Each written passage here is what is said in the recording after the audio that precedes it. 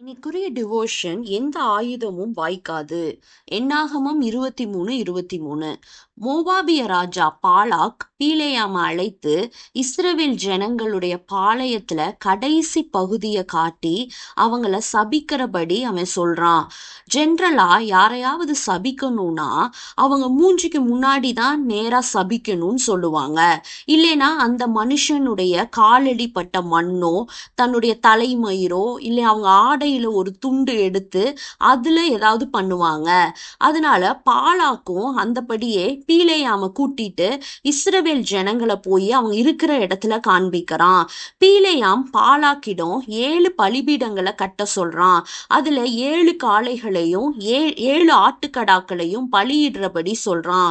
பாலாக்கு அவன் சொல்றபடி செய்யறான்.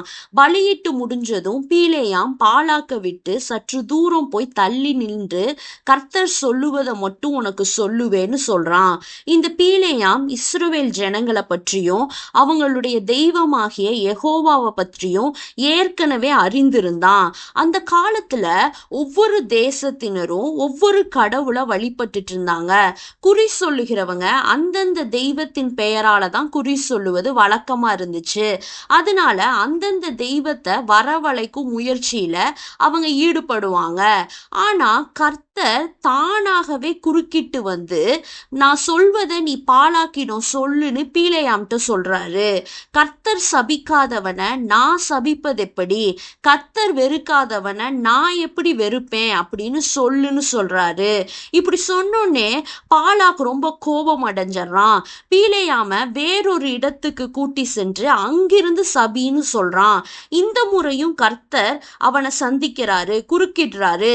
யாக்கோபுக்கு விரோதமான மந்திரவாதமும் இல்ல, இஸ்ரவேலுக்கு விரோதமான குறி சொல்லுதலும் இல்லைன்னு பாலாக்கிடம் பீலேயாம் சொல்றான். இதனால இன்னும் கோபம் அடைந்த பாலாக்கு 3வது முறையாக வேறொரு இடத்துக்கு கூட்டி சென்று அங்கிருந்து சபிக்கிறபடி சொல்றான். இந்த முறை இஸ்ரவேலை ஆசீர்வதிப்பதே கர்த்தருக்கு பிரியம் அப்படின்னு உணர்ந்து கொண்ட பீலேயாம் இஸ்ரவேலை ஆசீர்வதிக்கிறான், சபிக்காம. 3 முறையும் அவன் ஆசீர்வாதத்தை தான் சொல்றான். கடவுள் மட்டுமே ஒரு மனுஷனை ஆசீர்வதிக்கவும் சபிக்கவும் அதிகாரம் பெற்றிருக்காரு.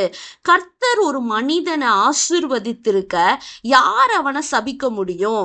கர்த்தர் நம்ம பட்சத்துல இருந்தா நமக்கு விரோதமாக இருப்பவன் யாருன்னு வசனத்துல படிக்கிறோம். அதனால சாபமோ மந்திரமோ பில்லி சூனியமோ எதுவுமே தேவனுடைய பிள்ளைகளை ஒன்றுமே செய்ய முடியாதுங்கிறத நம்ம அறிந்து கொள்ளணும். நமக்கு எதிராக உருவாக்கப்படும் எந்த ஆயுதமும் வாய்க்காதே போகுங்கிற வார்த்தையில நம்ம நம்பிக்கை கொள்ளணும், ஆண்டவரை விசுவாசிக்கணும். எங்களை ஆசீர்வதிப்பதில் தான் ஆண்டவருக்கு பிரியம் அப்படிங்கிறத நம்ம விசுவாசிக்கணும். ஆமேன்.